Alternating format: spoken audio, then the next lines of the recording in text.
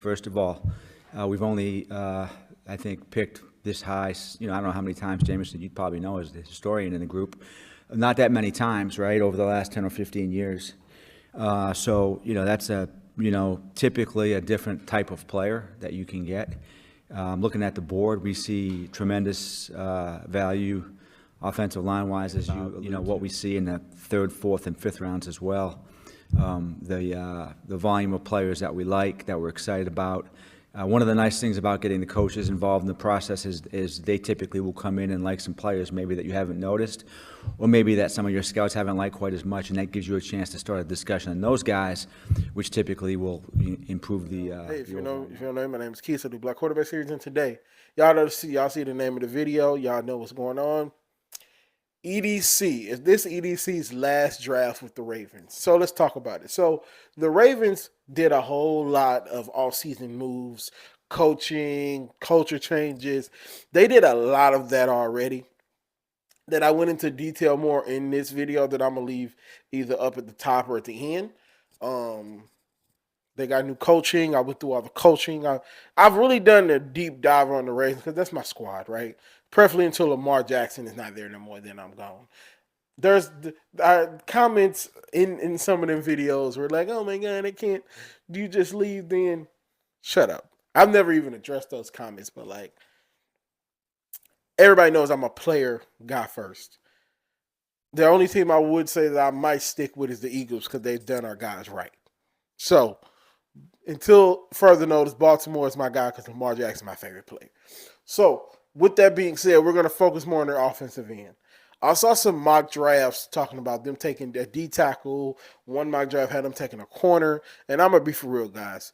If these guys take a corner in the first round, I'm going to lose my Like, we've done this enough. We've done the whole, we're going to take it and build through the draft. There are first round draft picks littered all around that defense. That defense just has to play better. The bones of that 2019 defense, the bones of, I think, the 24 defense, those bones are still in Baltimore. But the cancer is gone. The cancer is in New York now. So there's no excuses to being that bad anymore, right? Jesse Minter is a defensive guy. We got a former defensive head coach as his essentially his mentor, who's going to be helping him with plays. He's not going to call plays because Jesse's going to call the plays. But so overall, the defense should be fine. I fully expect that defense to be a top 10 defense through the rest of the year. I have no problems with that defense. That defense should be great, right? I expect a top 10 to 15 defense. The lowest I expect it to be is top 20. So, with the defense essentially, to me, being taken care of, I need this whole draft to be offense. I need offensive linemen. I need tight ends. I need receivers. I need skill positions. I need all these picks to go to offense, right?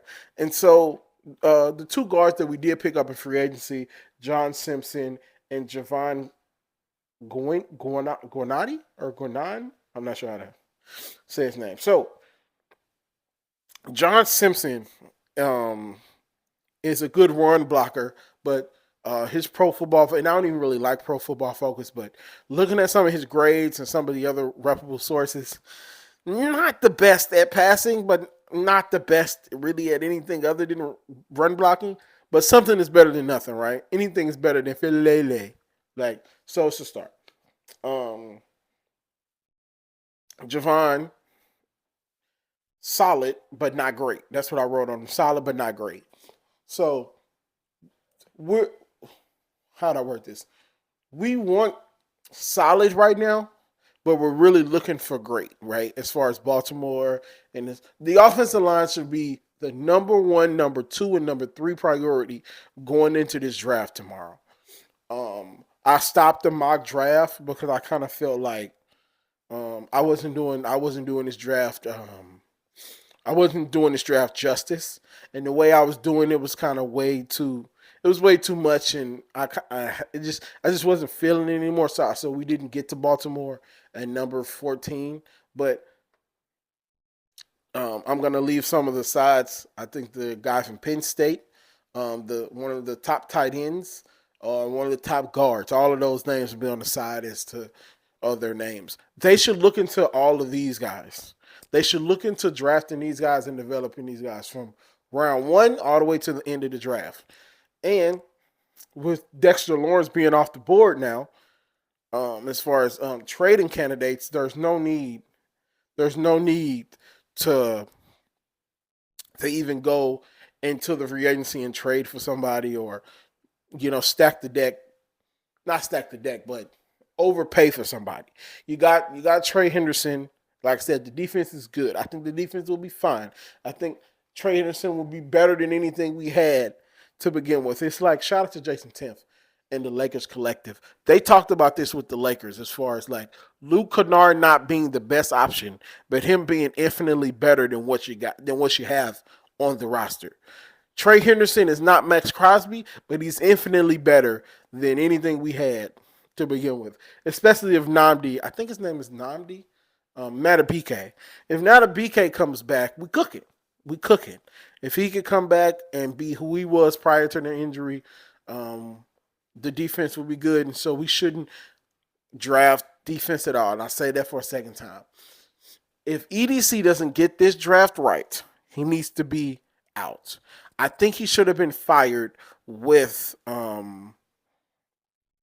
his guy, with his bestie John Harbaugh, because you get into that, and I'm sure I showed it.